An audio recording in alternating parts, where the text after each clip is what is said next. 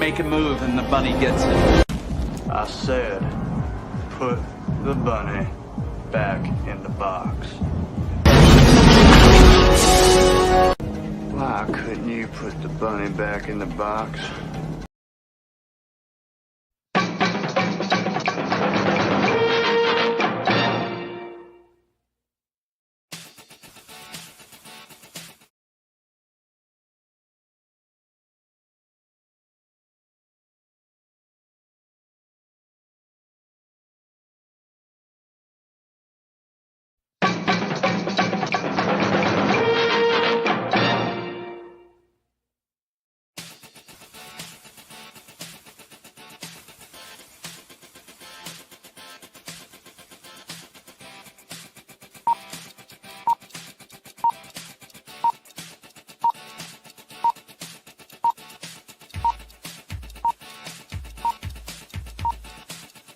It's showtime.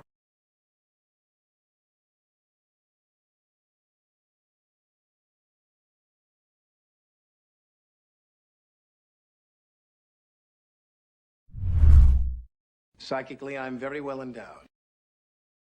I want to know what you're thinking. There are some things you can't hide. I want to know what you're feeling. Tell me what's on your mind.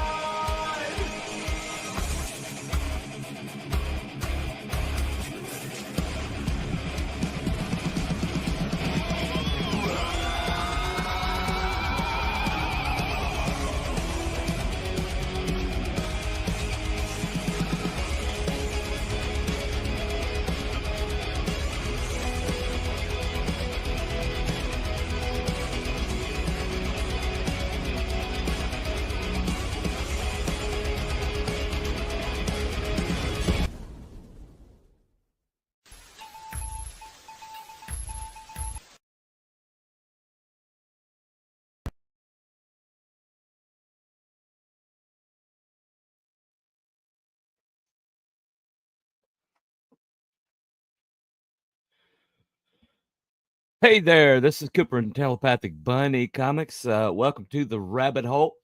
Got a special, it's a special show night because of Thanksgiving was yesterday, and to accommodate the lovely lady, we decided to move it till tonight. Sorry for the throat. It took me out of all Thanksgiving, celebrations yesterday. But I think it's okay enough that you can hear me. But I can always turn the mic up if I have to.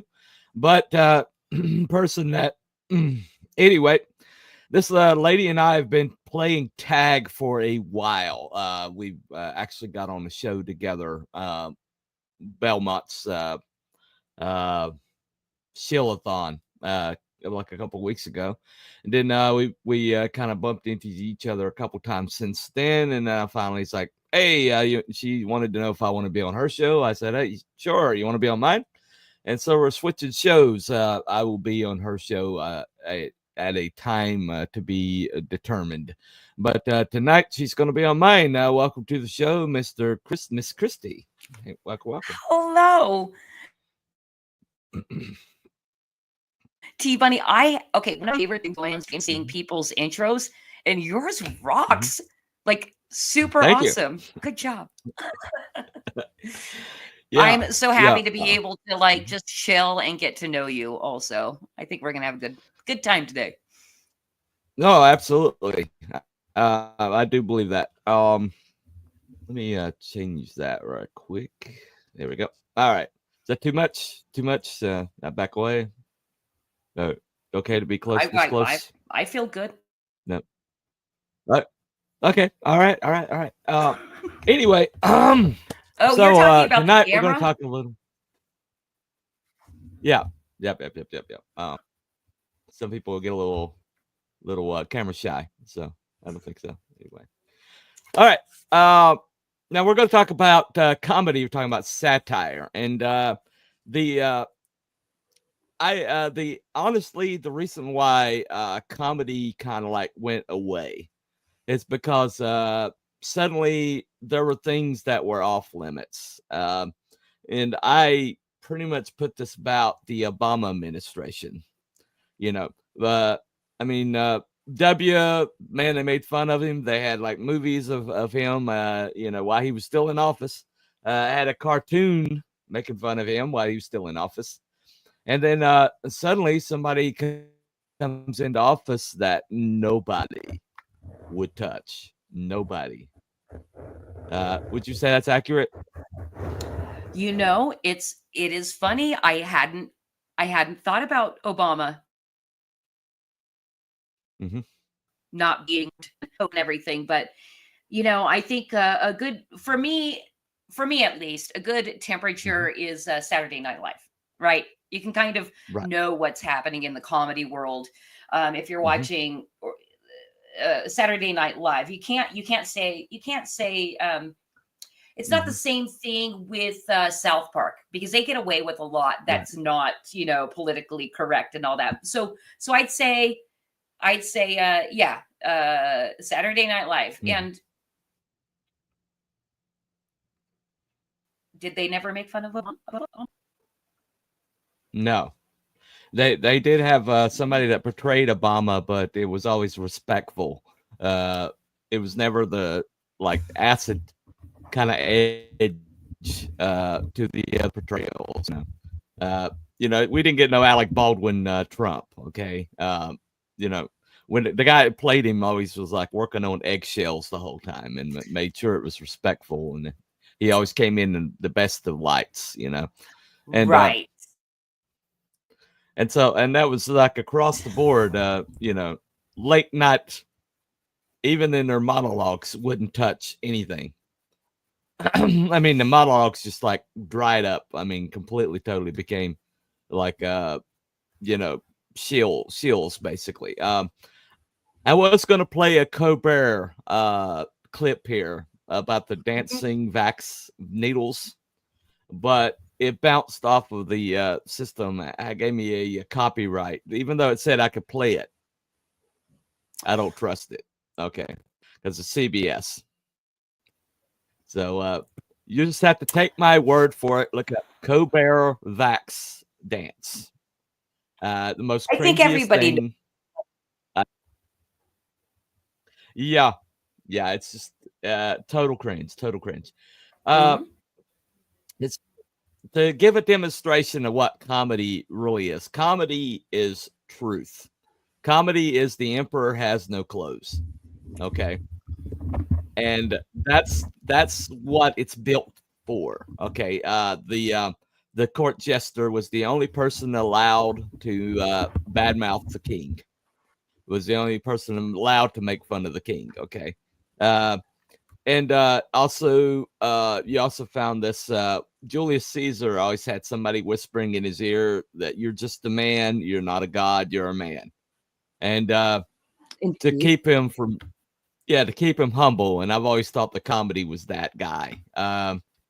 But let me give a demonstration. Now, this is a clip from one of my all-time favorite comedians, John Panette.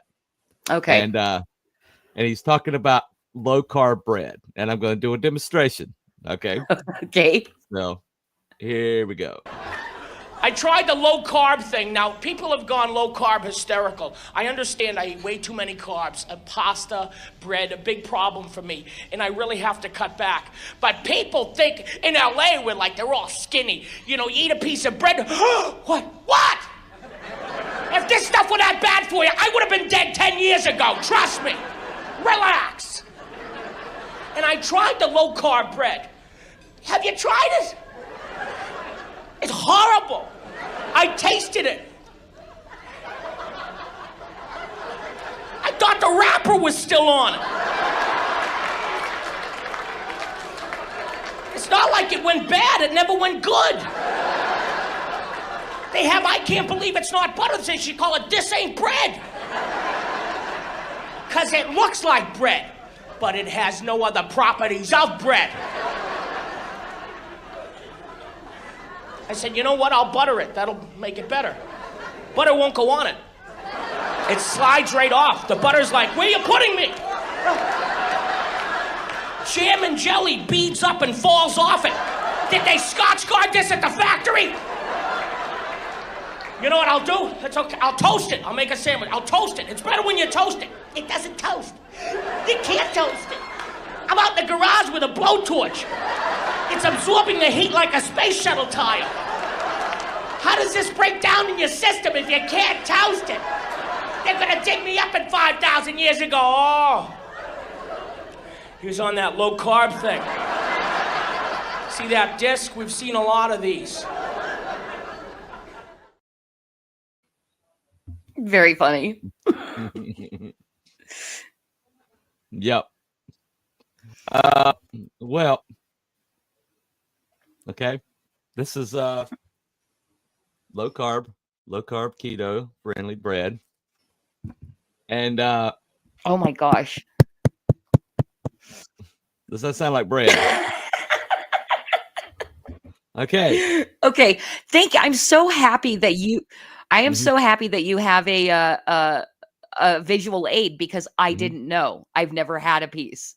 Yeah. Okay. Now we're gonna light it on fire. Yep. It just seems to.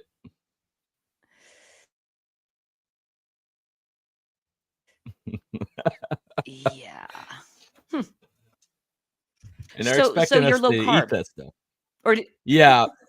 I lost 75 pounds on the low carb diet.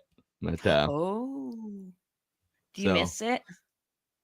Yeah, I miss carbs. I miss them so bad. I do occasionally,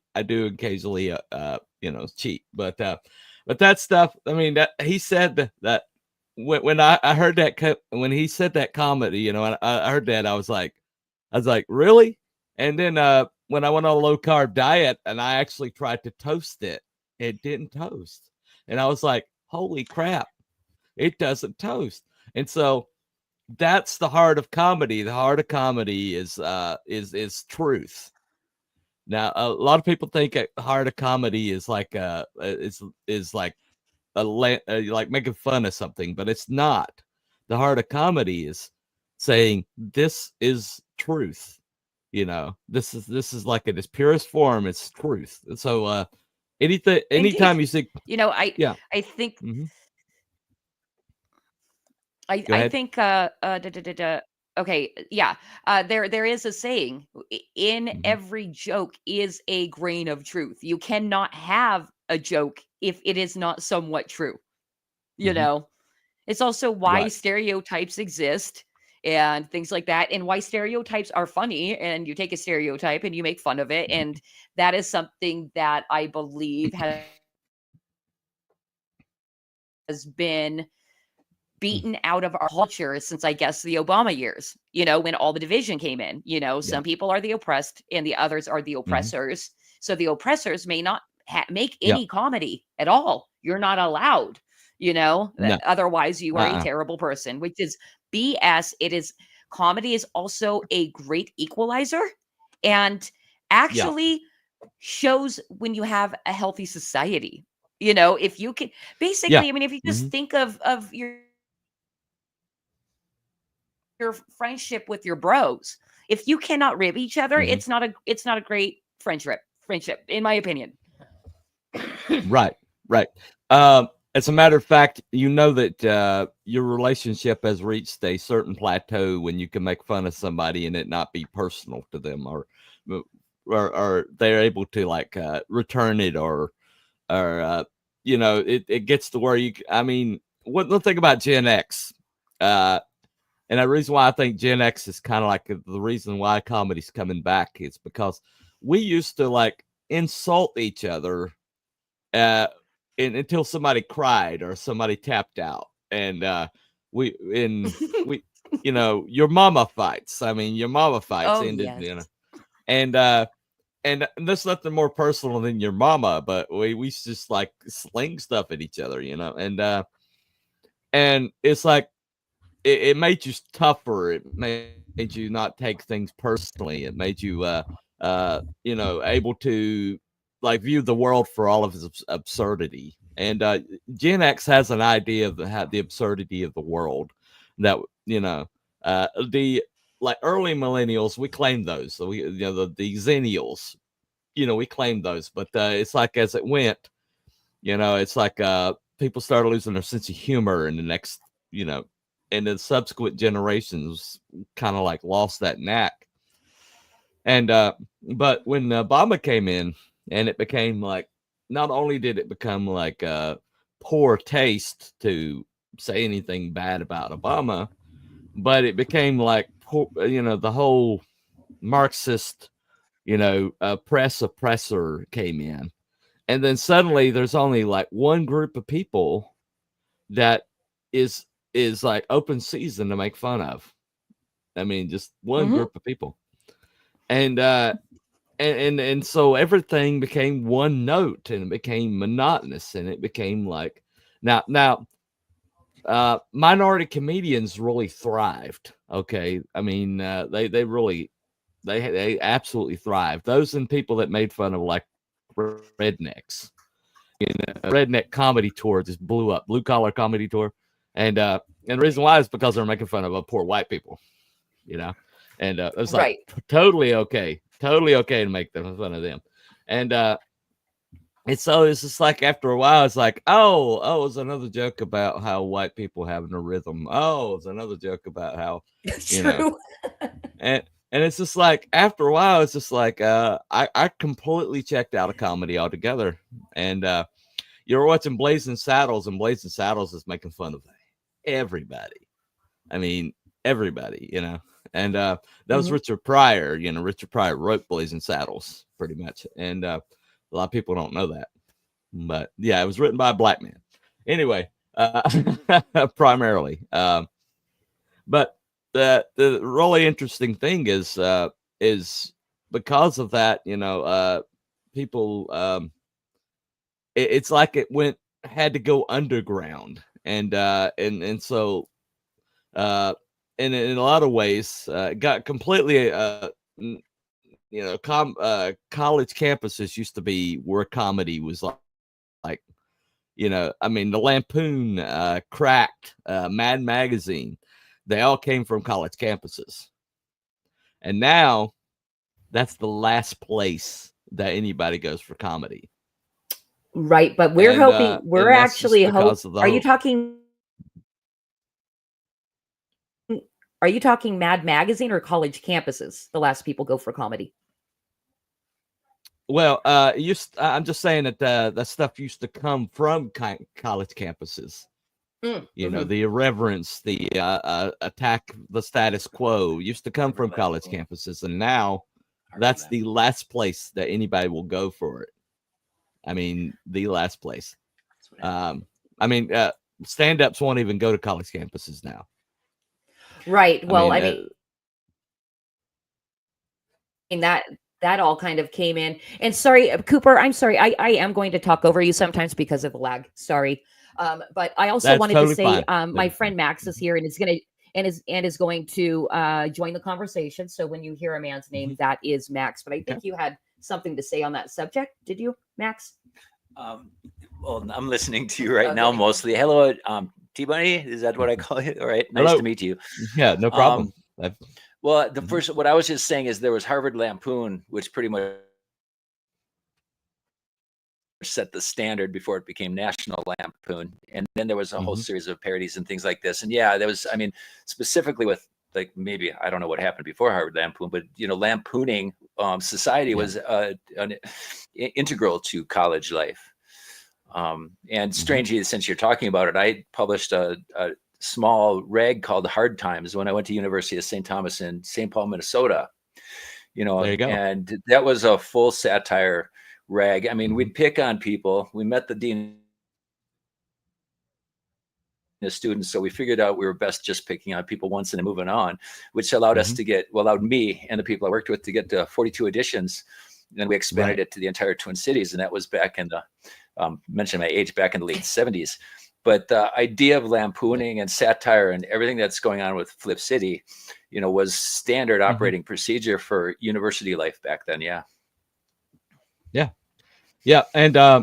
And as the colleges became, and a lot of people don't want to use this word now; they think it's overused. But woke is still the word for it, and it just means overly aware, and overly self-conscious.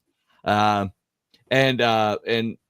what that does is that extreme comedy, a certain amount of comedy comes from turning off your brain and just like going with something, turning off your self-consciousness and just going, I one of my favorite examples of this is the Chip and Dale's skit from Saturday Night Live when he oh yeah, that's a good one. When you had Chris Farley going up against Patrick Swayze, and it's just like it's ridiculous when you see it, right? But then Chris Farley turned out to be a hellacious dancer. I mean, incredible dancer. I mean, at one point he's like goes from his belly flop back up to his feet, and then goes right into the Batman. It's like, what the hell did that guy just do? And he even jumped in and did a pirouette in the air. I mean, he didn't do a pirouette. He literally did a 360 in the air. And you're like, how athletic is this guy? And it made it so much funnier because when you first see it, it's like, there's no way that this is like a thing. There's no way. But then when Chris like held his own dancing wise, it's like it raised it to that level. But if he hadn't just gone for it, if he hadn't just gone for it in this complete self-unconscious way, then it wouldn't have worked. Yeah, absolutely. But I think that's well. Go rest ahead. in peace, Chris Farley. Yeah. Rest in peace, Chris Farley. Is all I had to say on that. But yeah, go ahead, Cooper. Yeah. Well, but I always thought that they screwed up the punchline on that. Chris Farley should have won the contest. That would have like taken it to that next level, if he would have won the contest. But I don't know why that I decision. think you're absolutely Go right. ahead. I mean, because if Patrick Swayze were to do those moves, everyone would say, okay, no big deal. It's Patrick Swayze, he's in shape and all that. But for what Chris Farley did was like almost defied the physics, at least in appearance. And so that was the performance. That was the winner. Right. And it would have felt earned. One of my favorite outlets right now is Freedom Tunes. You guys ever watch anything by them?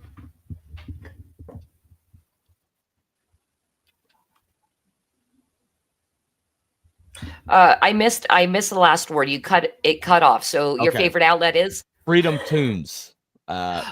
Freedom Tunes. Yes, we all know Freedom Tunes. It's funny because that is one of those creators that I don't follow too closely. I allow it to end up in one of my social media feeds, and then I'll watch it. But they're pretty fun. Well, let me play this. Let me play this right quick. City Magazine. Sorry. There you go. Well, I will play your zombie thing very shortly, but let me play this right quick because it's just Thanksgiving. But this shows that they make fun of both sides. Okay, but this is a good one right here. Freedom Tunes. Do you talk fast always? Is like you're born this way? Is this like everyone in my family talks this way. Family.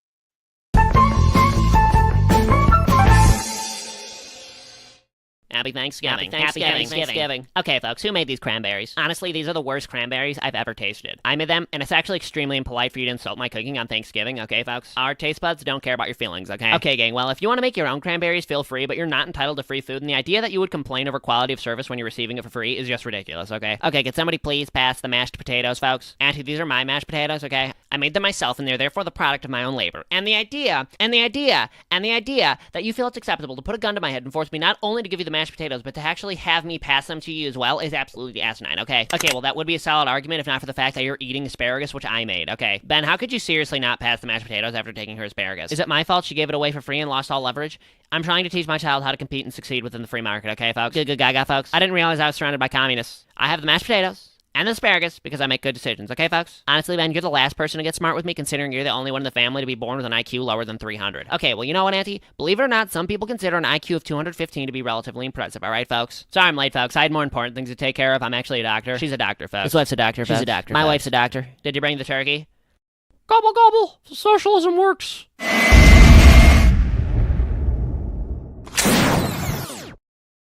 Hey, folks, thank you so much for watching. Humorous. Yep. Well, what made it funny is the fact that Ben Shapiro has some like very distinctive things that you saw. The folks thing, the eyebrows. I mean, it's just like, but the fact that they did nail his character. They nailed it. Mm-hmm. And but the thing about it is though is Ben was like, when Ben saw it, he laughed his butt off and showed it to his family, because right now it seems like all the sense of humor happens to be because we've been made fun of like the last almost consistently and almost like uniformly the last 20 years. It's like conservatives seem to have better sense of humor than the liberals do now. And that used to be like almost exclusively a liberal thing, right? Well, I mean, I think it goes way beyond us I think it goes way beyond than us accepting that we've been made fun of. It's just that we've never changed. It was the left that changed. They were the ones that made the quote unquote rule that you cannot make fun of protected classes. So it's just, it doesn't even have, in my opinion, anything to do with us being made fun of for so long, and we still know we know how to take a joke. No, we've just stayed normal, and the other side went crazy. Right. There you go. When you say that you can't make fun of a protected class, and then you go and actually make everybody a protected class except for one group of people, then you kill comedy. See, to me, it's been such a joy to not play by the left's rules by creating and publishing Flip City magazine, because we make fun of all the we never play by the rules. We don't explain ourselves. We're savage. We make fun of everybody. And that is the most fair way to live in the world. We are the most inclusive, most wonderful, least racist, because we're not playing by their racist rules. They're the racists. We all know it. Even though if picked up a Flip City and flipped through it, they would find every single page problematic, but it's because they're racist. Have you ever seen yes, well, they're everything. They're everything. Everything they call us. Yes.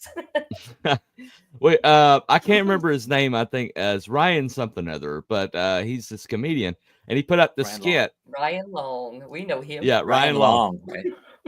Yeah, he's the Ryan.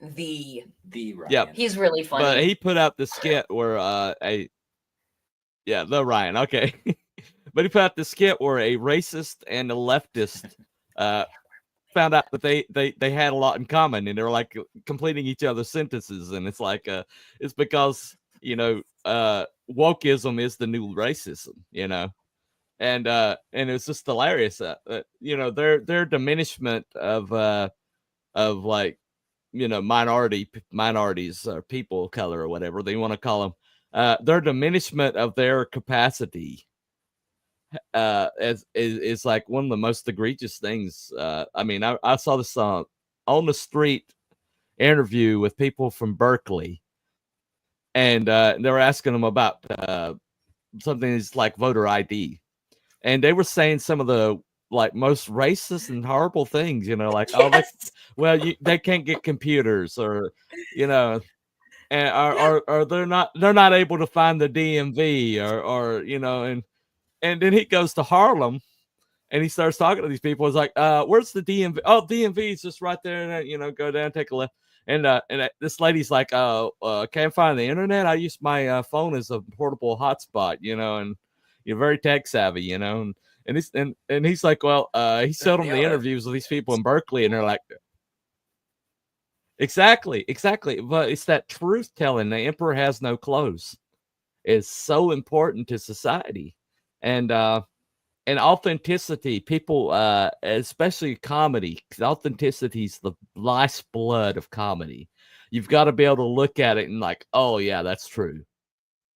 And by diminishing that, but by saying that certain things will never be true, or you cannot say, that the emperor has no clothes. Look how beautiful the emperor's clothes are. And then we have a presidency like Joe Biden. Oh, you know what I just learned the other day, and I cannot remember who told me, but it shocked me, is that I learned that South Park never made fun of Joe Biden or Kamala Harris, and that blew my mind. I am going to go back and watch the last 4 years of South Park to confirm for myself, because I can't believe it. They didn't make fun of Obama either. Yeah, I don't know why they would do that. No, they didn't make fun of Obama either. Weird. See, and that's the thing. People want to say South Park is the end all be all of like the most savage satire, but if that is the case, I have lost a little bit of respect for Trey and Matt Parker. Well, it's that's one of those things. I mean, I mean, they made fun of religions, like Scientology. When nobody would touch Scientology, they made fun of it, right? But it's like there are some lines that they won't cross. I mean, they are from Colorado, for goodness sakes. You don't get more blue than Colorado. But so there is some bravery there, and I guess that kind of kept their street cred. Making fun of Disney when nobody else was, when everybody could see how bad Disney is, and they made fun of it, and everybody's like, "Oh yeah, right." But so they have enough authenticity, but there were some things that they didn't touch. Yeah, absolutely. Let me all right, let me play this clip right quick. This is from Freedom Tunes. This is the Tele2 candidates. Okay. Now this was kind of the break in strain earlier this year. I think this is when everything changed. If you really want to see something that's take a look at what happened.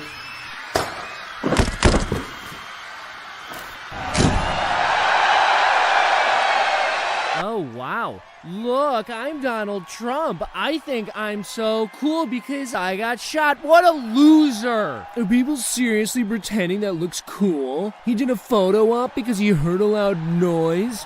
Loser! Ugh, who's impressed with this guy? America will never be defeated! USA! USA! USA! USA! USA! Wow, now he's juggling when he go to magic camp. Who is this supposed to impress?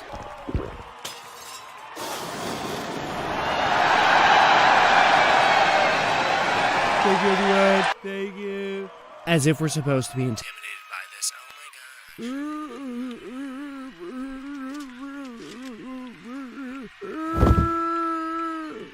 my god. Oh, this just in. Joe Biden just bravely and heroically dropped out of the race with an extremely courageous tweet. Whoa, that's the bravest and most patriotic thing I've ever heard of. Truly an American hero. Can you imagine anything more impressive? What a legacy. Not many people could have pulled that off. That really is impressive. Become a member at freedomtunes.com for exclusive cartoons. That's pretty good. Yeah, Cooper, you're muted. Yeah, I know. Okay, all cool. Right. Okay. All right. Well, but so you watched this happen, and when I saw it, I was like, that is the most badass American thing that I've ever laid eyes on. And yet immediately thereafter, the press is like saying, why didn't he say fight, fight, fight? That's incitement, and then everybody's like, did you not just see the guy get shot and then stand up and do?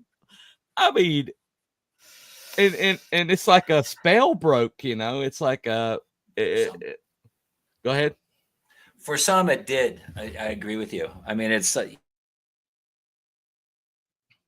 it's like right before your eyes. And then what was that first thing that was on that comedy? They said, he just tripped or something. I mean, something absolutely ridiculous. Oh, the loud sound. He ducked from a loud sound. I mean, there must have been. They really did say that too. I'm going to give 10% of the loonies, crossed over at that point in time. Right. Yeah. But it's the truth when you see it like right before your eyes, and they're trying, and a lot of the gaslighting kind of died at that moment, and it's like because he just did something that was so genuine, and the guy, there's bullets ringing out, and this guy not only does he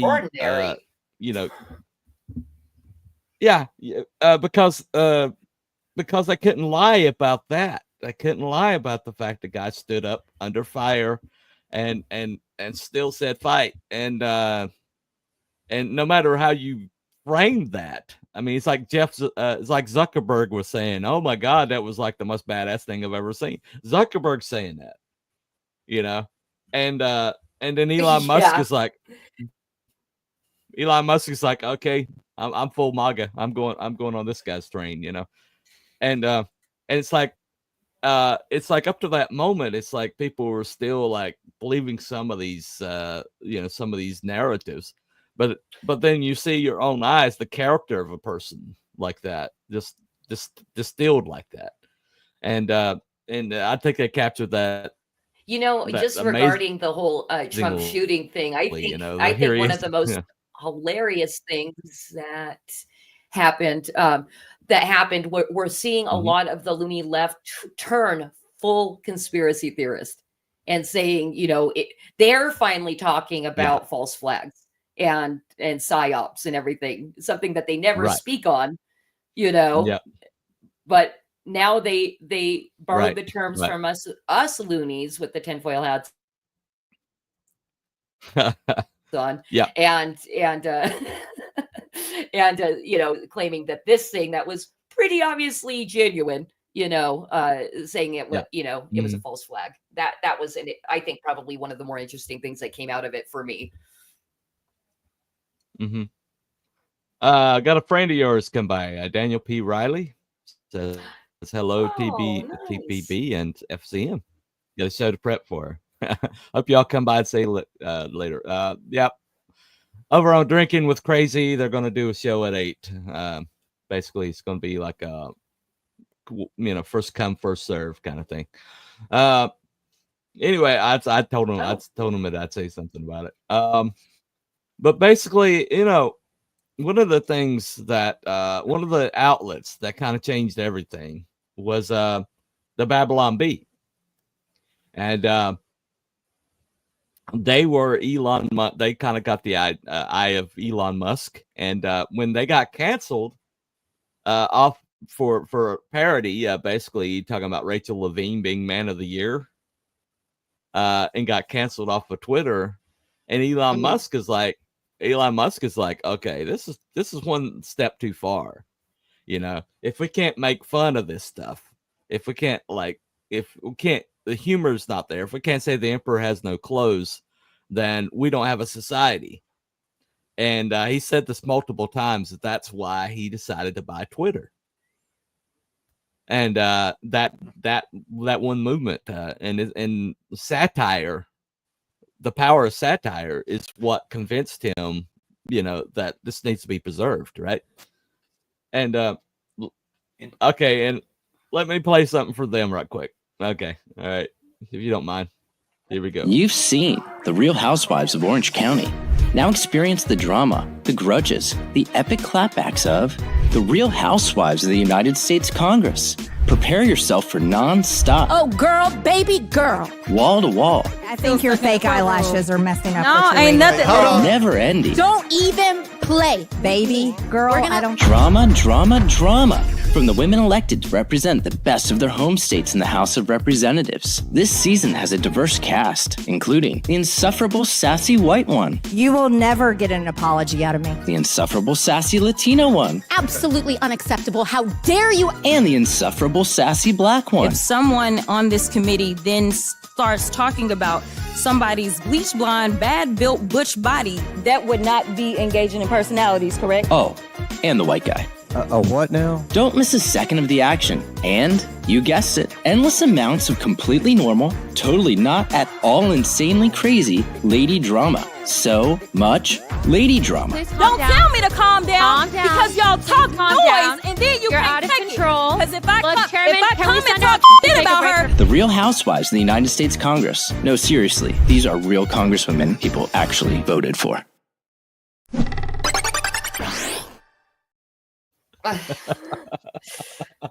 Yeah, I think that was a good example of I wasn't 100% sure how much of that was actually said and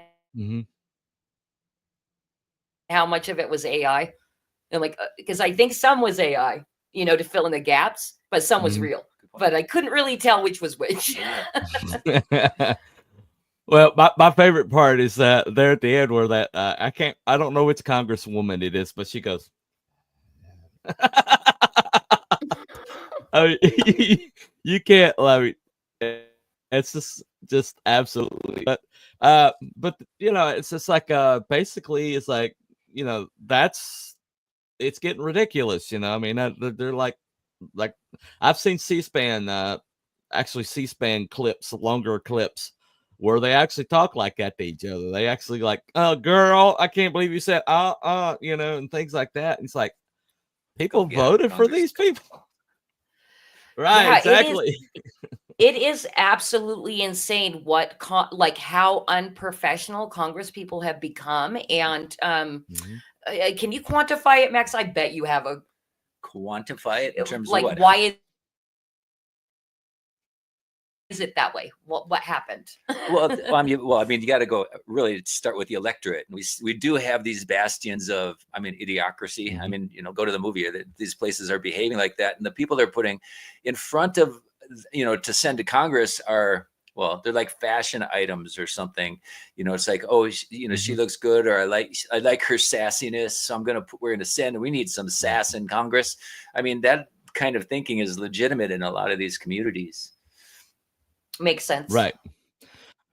Well, when you think of AOC and the rest crazy. of the squad, it is absolutely a clown show circus. Yeah. Well, these people are representative of their mentalities. Yeah.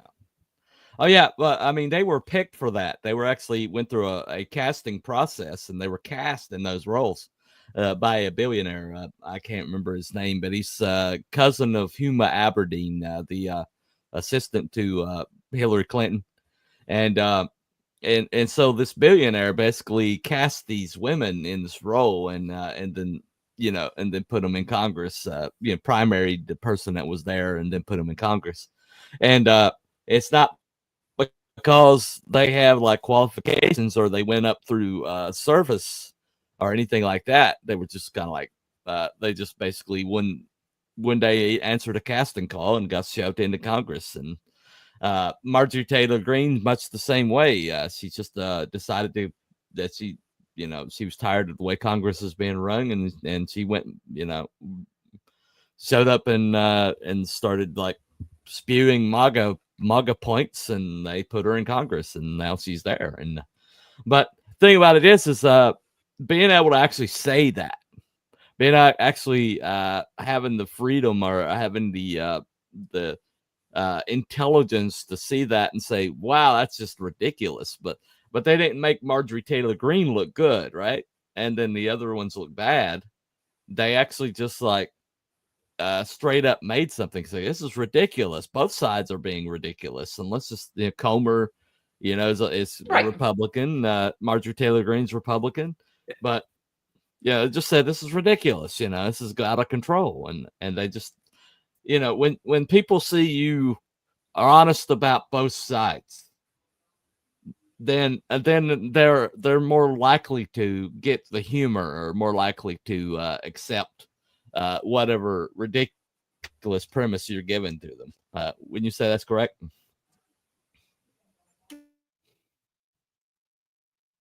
Yeah, I would say for anybody that has maintained a sense of humor, yes. And there are a lot of people out there that have, but as far as there being a left-right paradigm, if you're looking on the far left or the far right, it is two sides of the same coin. And so yes, I mean, mostly correct, but we are living in what we've said, the rise of the humorless age. And so for example, because we as Flip City, we do tag both sides. We have noticed some of our readership that thought we were just politically leaning one way get shocked.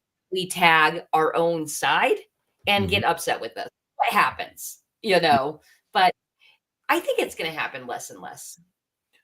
Actually, people will start getting the joke. Yeah, I think as things get less partisan, I've always have you ever seen you ever see a pendulum? Okay, now a pendulum, the way it swings is eventually if you can go so far right that you wind up on the left, and so at the apex they're pretty much the same.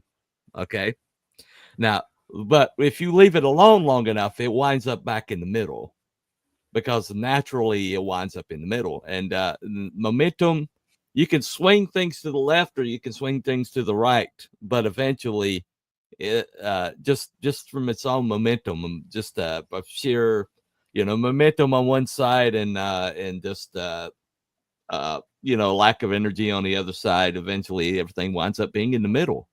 And when things are in the middle is when we have the run of stuff we had in the 80s and the early 90s.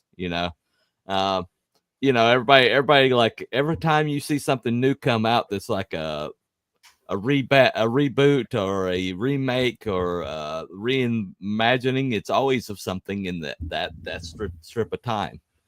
It's like they're trying to figure out where they left the road, and everybody seems to acknowledge that during that time, when things were not almost partisanship was just not a thing in the 80s that I recall. And I was a kid, I was a teenager during the 80s, but I don't remember, oh, you're left. Well, I'm not going to deal with you, or you're on the right. I don't remember it even knowing what anybody's. I'm going to agree with you we had politics. No, we had politics, but we had a much smaller degree of partisanship. It's like, okay, I lean toward the right. It's same time frame you're talking about, and I'm going to go at that time Reagan or Carter and all that kind of stuff. And so people may choose their side, but no one was disowning the other side. Maybe trying to convince them, or trying to I don't know, humorously mock them for their opinions. I think we were more open to that kind of communication, but you never really rejected the person in a partisan way. You just basically said, okay, I think you're stupid, but you can still come to the party. Right. There's a movie called PCU, and I've always called it the 90s version of Animal House, and they basically buried that movie. But that movie is like is absolutely like the Animal House of the 90s, when everything was starting to get politically correct on campuses and people losing their sense of humor. And Jeremy what is his name? Piven. Jeremy Piven. Right. See, you never heard of it, but it's absolutely like it makes fun of the whole politically correct thing. Basically, Animal House is like this fraternity of misfits, and they basically are making fun of all these like partisan groups on campus. Like you have the womenist, you know, they're beyond feminist, they're womanist, right? And then you have like the vegans, and the vegans are like, you know, basically like one of the examples of vegans are like protesting meat in the cafeteria. And so these guys, they go and grab the meat out of the cafeteria and start throwing it down on the vegans, you know. Yeah. But it's just but that movie, it should have been way bigger than it was, but it's been buried by history. You guys don't even remember it, right? But if you watch that movie, it's like the beginning of, they predicted a lot of this stuff coming in. And yet, by that time, comedy was already starting to be suppressed. Right. I mean, I do remember the whole political correctness movement. I mean, that's what it was. Basically, PC turned into woke. You know, like peace. Woke is PC on PCP. that's pretty funny. Yeah. Oh, that's beautiful. You need to write that down. I just came up with that, everybody. Yes. Yeah, nice. There you go. Well, let me play your clip of Woken Dead. Let me play this right quick. So this is Flip City. This is what these guys are up to. Here you go. Our ragtag band of zombie apocalypse survivors find themselves on a sprawling studio lot near Sonoya, Georgia. I scouted ahead. There's an advance of zombies on the perimeter. There must be 1,000 of them. Scarl, help me secure the barriers. I head that way and create diversion. Everybody calm down. I'm sure they saw the flyers I posted and came to join our anti-racism rally. When did we agree to a rally? What are you talking about? I planned it all out. Look, I made these signs out of aluminum siding from our shelter and our last bit of firewood. Hey there, we just want to make sure you have equal access to voting. I have a stack of mail-in ballots right here if you need them. Rick, I ain't comfortable with this. Go back to hell, zombie scum. Hey Daryl, how about we stop with the demonization? These aren't bad people, they're just dead and they need jobs. Maybe try something called compassion for once. If you're going to insist on being xenophobic and blaming immigrants for all your problems, then you're forcing me to stand against you. This here is our opportunity to extend a hand to our former humans. Ow. Grab the big guns. They're coming fast. Hold on there. Those rifles are for hunting small game and birds. But, Dad! These are weapons of war. Nobody needs a gun that will shoot 30 bullets in 30 seconds. You think you're gonna take on the government or something? You'd need more than that, like F-15s and stuff. The government could just nuke you if they wanted to. Now put your guns in the fire and we'll melt them down in a symbolic gesture. You're crazy. You need serious help, man. And maybe you need to take a look at yourself and ask why you need to make up for your microphallus by walking around with a bunch of guns like a big shot. Come on, everybody, reject Daryl's calls for violence and form a human chain of resistance. No justice, no peace. We shall overcome. We shall overcome. We shall overcome. If I live through this, I'll eat you myself.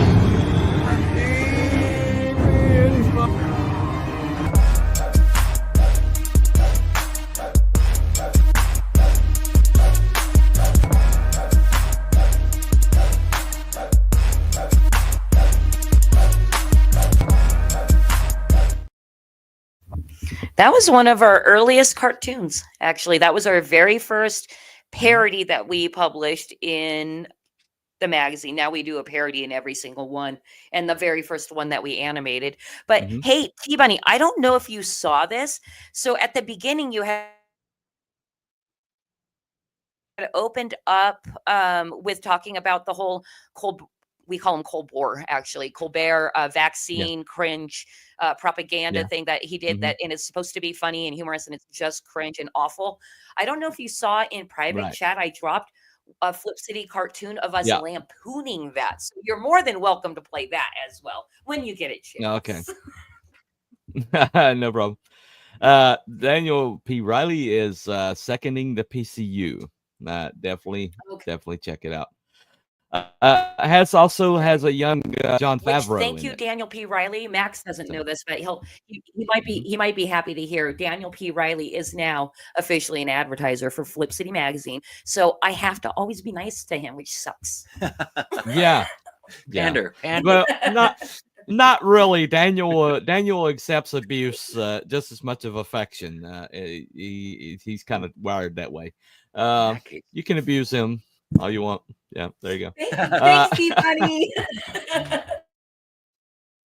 Yeah, I know this from experience. We have this conversations.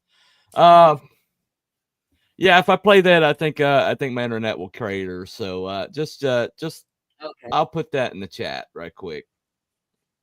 Make sure everybody checks that out right quick. Yeah, that is actually probably one of my favorite cartoon pieces that Flip City did is the Colbert gets baptized, and he gets baptized in a vat of Pfizer vaccine. It's hilarious. You won't want to miss it. For anybody that's coming and watching this in the replay and looking at the live chat, just click on that link, please. Yep. I'll put it. Make sure to put it in the description after we get out of here. Yeah, just definitely check that out. Colbert is a clown. Okay. One of the things that I think is really interesting is the revelation that a lot of these people who called themselves like counterculture have embraced embraced being like part of the mainstream. Like the same like Neil Young trying to take his music off of Spotify. And it's back on. We won. We held out. I was like, all the Neil Young on my playlist won't play. Yeah. I don't care because you're a butthead. There you go. But then you see these same people, like Bruce Springsteen, just shilling for the man, and anybody that like paid attention to him knew he was that he was partisan, that he wasn't like the like a middle ground guy or for the working man or anything like that. But it's like I pointed this out to somebody before, and they went back and checked, but all of the anti-war anthems were written during the Republican administrations. The Vietnam War went through several, both the Democrat and Republican administrations, but the only anti-war anthems were written during the Republican administrations. And you see this over and over again. People that are supposed to be rebels are supposed to be like anti, establishment, are supposed to be like aggressive. And then they get mad at Johnny Rotten for wearing a MAGA shirt. I know you have the choice to either like find it infuriating and let your blood pressure rise, or actually realize how hilarious it all actually is. It's like, and these people still it's think how they're I cool. feel, at least. I don't read scream about these people. Oh, they sure do. Right. And their followers think they're so cool. And yes, I saw a lot of, because I'm a huge Johnny Rotten fan. And I follow him on Facebook, and it is hilarious to watch him post something that's just a teeny tiny bit controversial. This punk rock guy, total punk rock, and all his fans screaming at him for not being, an establishment shill. But they're saying he's an establishment shill, but he is remaining the anti-establishment guy. It's weird. It's funny to me. Well, let's see, they can't get their heads around the fact that they are like, they're the mainstream. They became the mainstream. They took over all the culture from top to bottom and shut everybody else out. And then they're trying to say they're counterculture, and they're still trying to hold the cool ground, and they're still trying. But the younger people, the young kids, Gen Alpha and Gen Z, I'll think that they're like, they think that they're uncool. They're not, that they're just the man now. They don't get it. One of the things they don't get is tattoos don't make you cool. Tattoos alone don't make you cool. No. But and it's like because of that, we have this opportunity now. Culture is just about to flip, like it did in the early 60s, or the late 60s, where the counterculture developed so much power that it flipped the culture over, and suddenly they had the upper hand in culture-wise. They took over all the college campuses, they took over all of Hollywood. The blacklisters suddenly were like able to write openly, and oh, surprise, surprise, they actually were communists. Anyway, but the thing about it is they've had but they controlled culture for so long that they've when they lost the ability to work with anybody on the right and stay kind of in the middle, when they lost the ability to listen to other voices but their own, when they got in like that bubble and started, everything became like distorted by it, then they lost the culture, because the culture is in the middle. It always has been, it always will be. And you can force it to the left or force it to the right only so long, but the pendulum's going to swing, and it's always going to wind up eventually, after a lot of damage, after a lot of like attrition, and because of the law of entropy, it's going to wind up in the middle. And so the people that are putting out stuff that winds up in the middle are going to eventually, when everything slows down and everything stops being partisan and everything starts being extreme, everybody wants to be in the middle. That's where it's safe. That's where the momentum winds up being every time. And I basically, everybody that I can I talk, especially humor wise, is if you can find that middle ground and just like keep like aiming at whatever's funny, aiming at the truth, aim where the comedy is, then it will always wind up being nonpartisan, because everything is funny, everybody's ridiculous, and both sides are just nuts. They always have been. But go ahead. Yeah, well, it is true. Yeah, both sides are just nuts, in different ways. And right now, one is more nuts than the other. We do have to admit that. Oh yeah.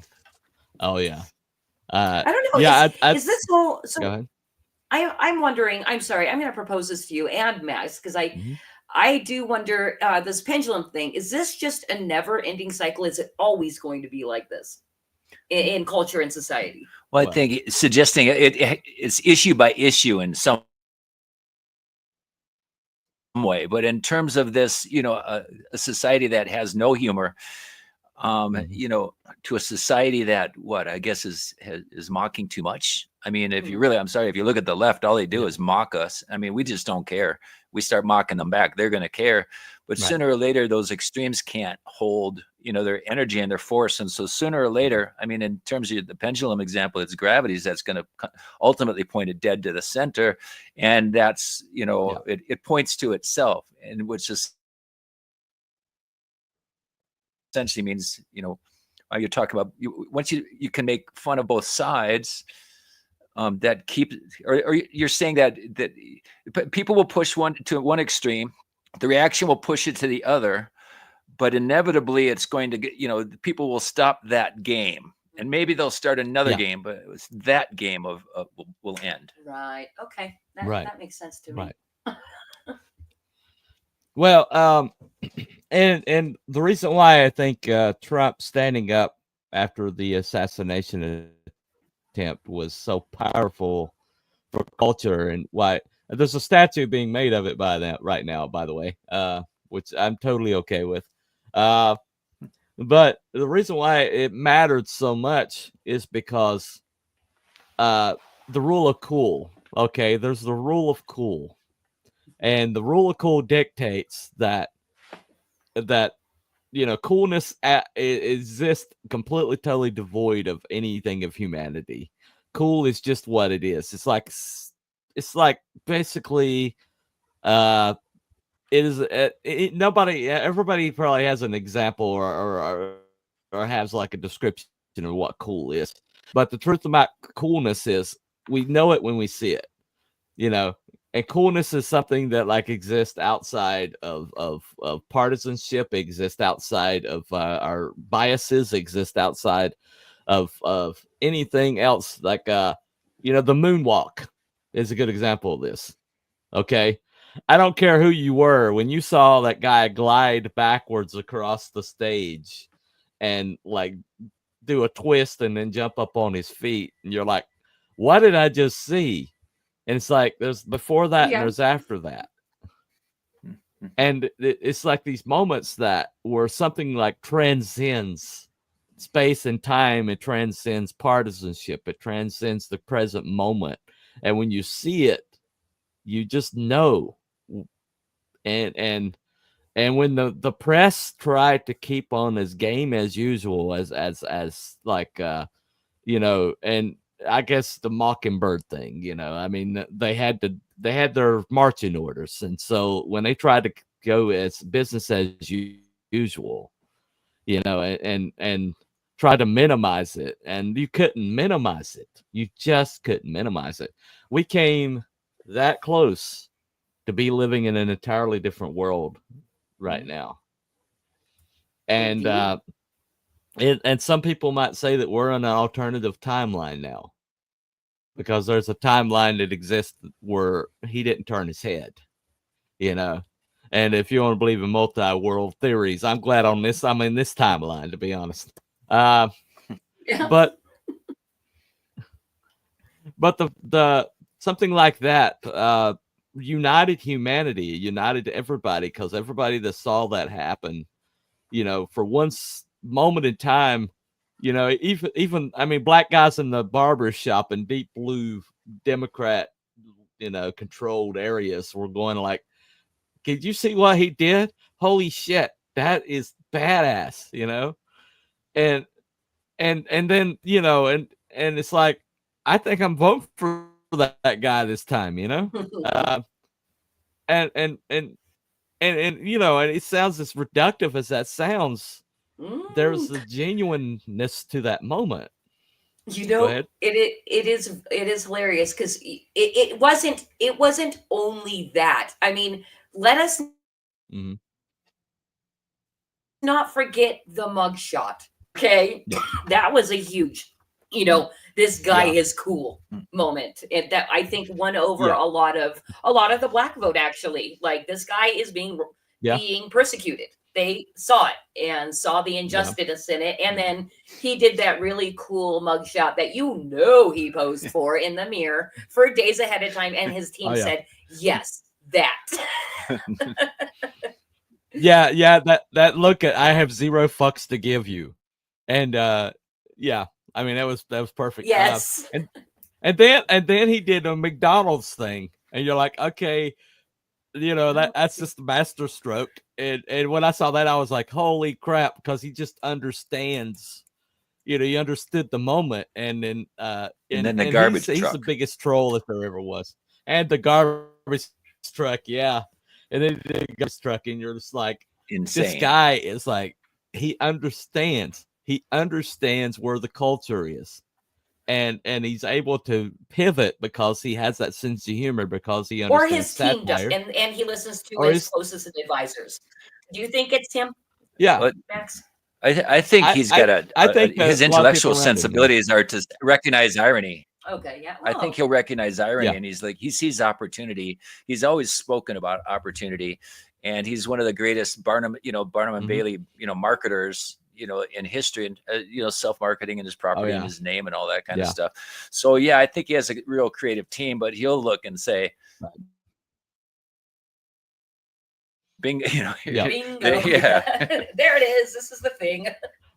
But it's like when he the garbage truck thing. He even in front of everybody, he even talked about how somebody trying to be cool would say, "Oh yeah, I just topped up in that thing, no problem." But he was talking about, "Oh man, I'm going to mess up in front of the press, and they're going to like write about it nonstop, and he's not going to fall on my face, And everybody was just like laughing, and it's just like he's in on the joke. Okay, he gets it, right? But then you see Kamala trying to do something genuine, and she can't pull it off. There was nothing about her that is exactly that was genuine. What the difference is. Trump is genuine, to the best of it. I mean, showmanship, like Max was love saying, him or hate him, he is what he is. Exactly, and I think it's from his heart and genuine. And we all know Kamala has probably not had a genuine day in her life. She was 9 or 10. She's probably been available. She may have had a few good days in San Francisco with Willie Brown. It's possible she was all right on top of things. Possibly. But all these stars came out. All these people came out, and they all started like congregating around her, and it's always worked in the past, And it's like, well, she's the cool one because we're the cool ones, and we're acknowledging that she's cool. And yet they lost that years ago when social media started showing us just what dipshits these people are. You literally cannot be cool with a stick shoved up your ass. I mean, they're kind of no. They do. It's very obvious that the stick is way, way, way far up there. You just can't be cool with that. No. And if you can't make fun of a president that gets lost walking off the stage, give it up. Hang it up. I'm sorry. Yeah. What's wrong with you? I mean, honestly, what the hell is wrong with you if you can't make fun of what did Shane Gillis said it perfectly. He's like, our president turned into a Roomba. I hadn't heard that. That's pretty funny. Yeah. Okay. So T Bunny, given that this is the situation, I mean, there's a wealth of material with the Biden, camel nose, whatever. But once with the Trump administration, what is the future of, comedy? What's the trajectory? I mean, will there be enough material? Who are we going to make fun of? I don't know. What do you think? I don't know. Well, he's the roadrunner, and the media has been the coyote, and I'm a little worried now that they're kind of like losing their ability to take swings at him, and they're just so pitiful now that I don't know. I really don't know where the comedy is going to go, because we've had such a rich, pull to pull from. I think we're just going to have to look elsewhere, away from politics, because I don't think it's going to be as rich as it was. But we still have the leftists, and as long as we still have the leftist meltdowns to pull from, I think we still will have rich comedy for years to come. They're still going to have the blue hairs. Eloquently stated is like the actual politics tamp down the comedy on that, because there won't be as much in that. No. But the establishment still exists. Woke Hollywood, I think, will still exist. Yeah. There's going to be plenty of stuff to mock, and they're going to be melting down for a while. Oh yeah. But I do think that the decentralization of media away from New York and away from California, they've lost their death grip on it. And because of that, I think we're going to see like people from like Idaho show up and be hilarious. So we're going to see stuff from like West Virginia, there's going to be somebody that comes out and is just hilarious. And the way people become cultural impacts. I've been saying for years since it happened that seeing somebody like he calls himself oh gosh, what is it? The guy that did Rich Man North of Richmond. It just flew out of my head. Oliver, yeah, Oliver Anthony Music, right? That's it. But he just cut through all the bullshit, and he's out here, he's by himself, he just does this video, expects it not to go anywhere, and it just went totally viral, right? And but he's still the same guy. He's still kind of held on to his values. And I've seen videos of him recently where, he's just like, oh, whatever, no matter who's in the Oval Office, I still got a job to do. And but that's the canned element of entertainment is probably over for the time being. The middleman that you had the gatekeepers that you had to go through to get to the culture have been removed. And so I said this the other night, I really don't know where this is going to land because we're in totally new territory. I don't think people have understood yet what it meant for a president to come on a podcast and get more eyeballs than a mainstream outlet. I don't think we've quite understood yet the shift that has happened. Go ahead. Well, that is the thing too, because that's what I understand, that the whole Joe Rogan experience, having Trump on, that's pretty much the first time in history that's happened, because no other candidate, I don't think, really took the independent media seriously as far as going and using the independent media to campaign. In that case, it does harken back to John F. Kennedy being the first candidate to really take advantage of television with the notorious debate where Nixon didn't want to have the makeup, so he ended up sweating like a sieve and all that kind of thing. So it definitely could be a milestone, or a period, milestone occurrence where whether it's comedy or politics, a lot of things have just changed, I guess. Well, an interesting thing about it was he asked his son, and he's like, I'm pushing 80 here, and I don't know where the culture is. And so I'm going to ask somebody who's like young and vibrant and in the culture. And his son's like, oh yeah. It's like, where do you get your news from, son? And he's like, I do this podcast, this podcast, this podcast, this podcast. And then he's like, well, how do I get on these things? And he goes to Dana White, and Dana White's like, I think you're on these podcasts, aren't you? And he's like, yeah, I know these people. And so Dana White's like, hey, do you want to have Trump on your podcast? And Theo Vaughn talking to President Trump, that's one of my favorite things, because here they are, this guy is just a hillbilly redneck, and he's talking to the most powerful guy in the world. Soon to be, and they're talking about drug addiction like old pals, and I just couldn't get enough of that, And you got this candidate JD Vance, who came from hillbilly trailer park trailer trash and worked his way up the old-fashioned way, and now he's going to be vice president. And it's like, my people are finally being represented, okay? Trailer trash is finally being represented. And something that I had not really considered about the whole podcast thing is the format of most podcasts are very much more conversational than an interview or even hard hitting or anything like that. So actually the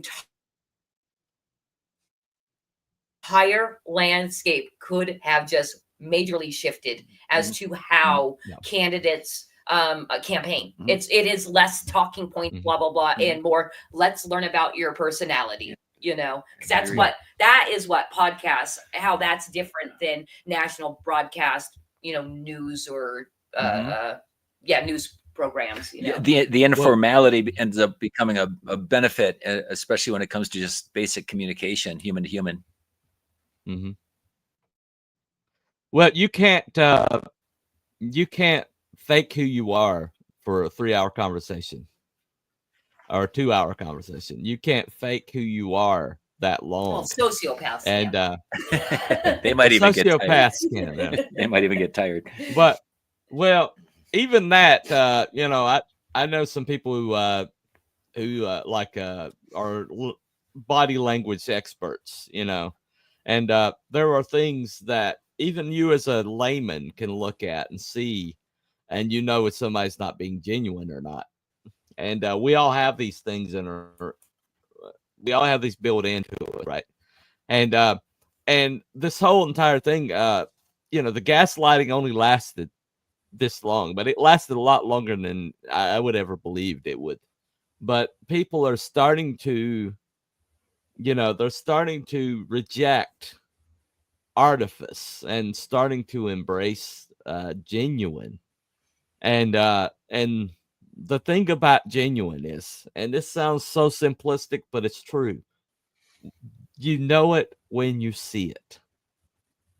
And it's always been true. It's human nature that when you see something that's genuinely funny, or when you see something that's genuinely badass, or if you see something that's just like true to humanity, it rings like a bell. And everybody, no matter how brainwashed you are, there's something that when you see it and it's true, and people are starting to crave it. And the people that are forcing themselves to believe in the artifice, to believe in the gaslighting, they're breaking down mentally.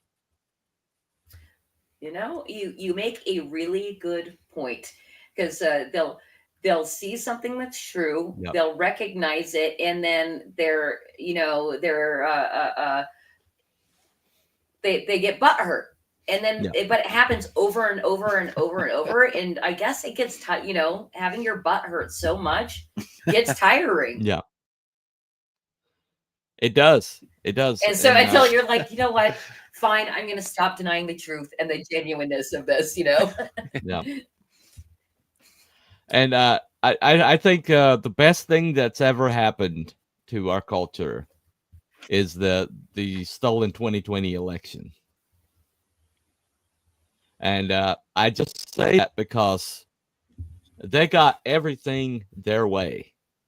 And because of that, everything going their way and them getting everything they ever wanted, we finally got a view of what would happen if they got everything that they wanted. And it wasn't utopia. And they always had that thing where they always said that, well, if we get our way, we finally get everything, our way, then everything will be so much better.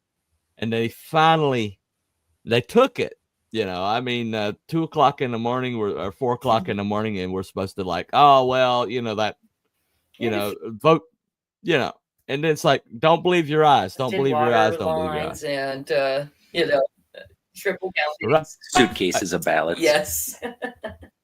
There you go. 4:00 in the morning, votes are going to jump that high. It's just going to happen, right?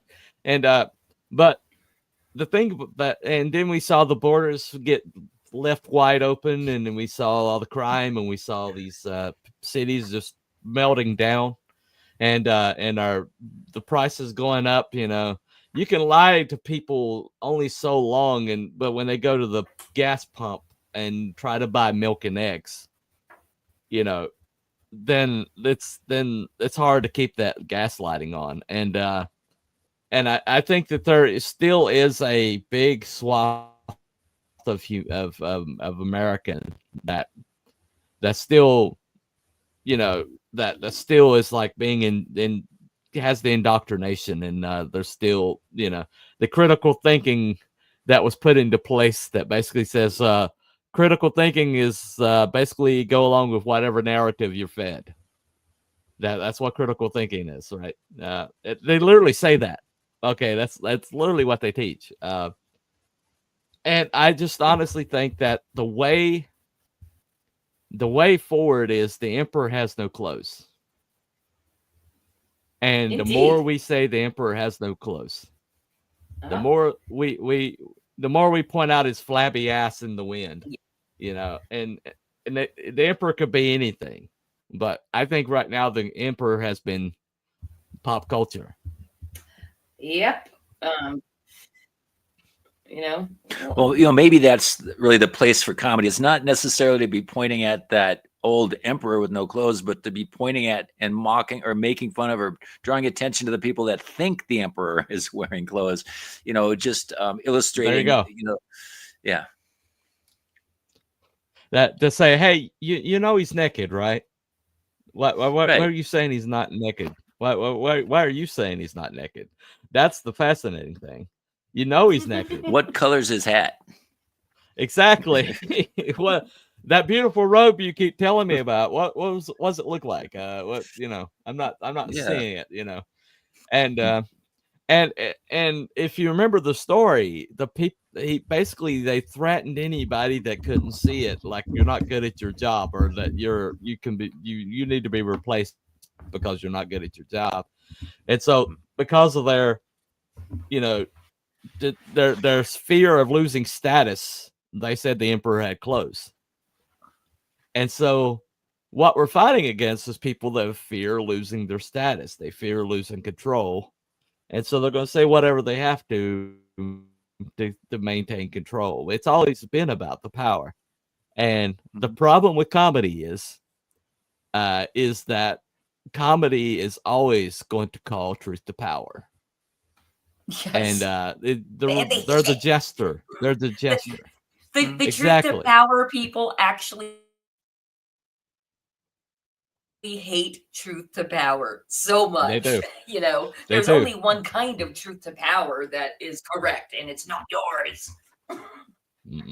No. Yeah, I absolutely agree with you. And the comedians being the jester. I mean, the jester was the only one who could level with the king and call him, tell him how foolish he was being, and yeah. So, I mean, I don't want to consider the people on the left, but the king, but someone has to tell them they're not funny. I don't know.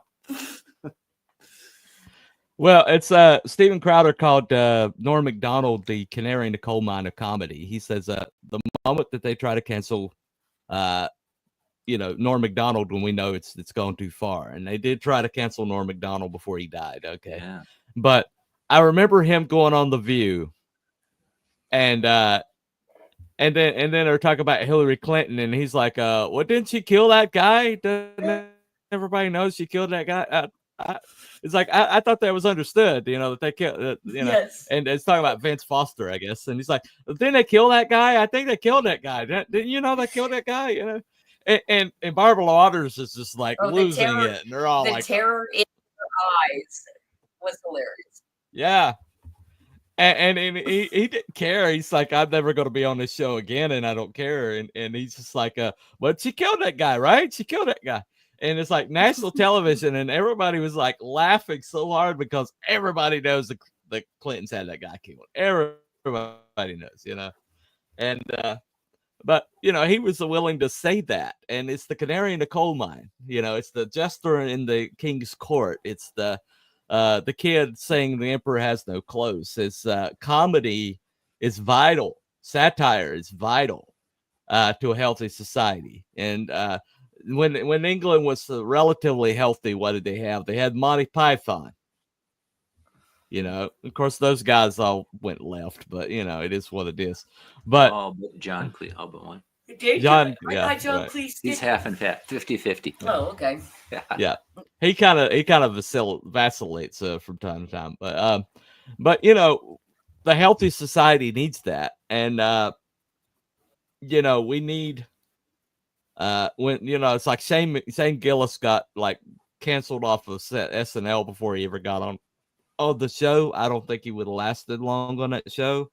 But when you watch his comedy and you're like, that guy could have been on SNL, and we could have seen what that would look like, and then you're like, well, that's because SNL was not comedy at that point. You know, it just wasn't comedy at that point, and it hasn't been. You know, every once in a while you see a skit, and then you're like, oh crap, that's pretty damn funny. They did a good one there, and they've had a couple lately that I thought, okay, that's pretty good. That's pretty good. But you know, but then you got, you know, the late night comedy, you know, shows, and you got Jamie Kimmel talking about how everybody made a mistake. You know, it's like, what, dude? You know, what are you doing here? You know, who are you talking to? But anyway, that's a rant for another time. But thank you guys for coming. Thank you guys for coming on the show and helping me kind of. Hey, Cooper, thank you so much for having. Yeah, for having us on and letting my dear friend come and experience his very first live stream with a lot of lag. First live stream anyway. Yeah. No. Well, that could have been on my part too. My internet keeps cutting in and out, so my apologies. But anyway, so that's been Cooper for Telepathic Comic, you know, Telepathic Bunny Comics. Sorry, can't even say my own name. And this has been Kitty Flips and her friend Max from Flip City Magazine. The links are in the description. Go to link that video that they told that Stephen Colbert, you know, making fun of video, which I'm definitely going to watch as soon as I get off here. Anyway, but I'll put that in description as well as soon as I get off. But thank you all for coming. Thank you to the Fluffiest chat and all of YouTube that didn't show up tonight. There's so much going on. But we'll see you guys next time, and follow the White Rabbit. Bye, everybody. Bye. Say goodbye, Kitty. All right. Let me hit the right buttons. Let me hit the right buttons. Oh, come on. There we go. There we go.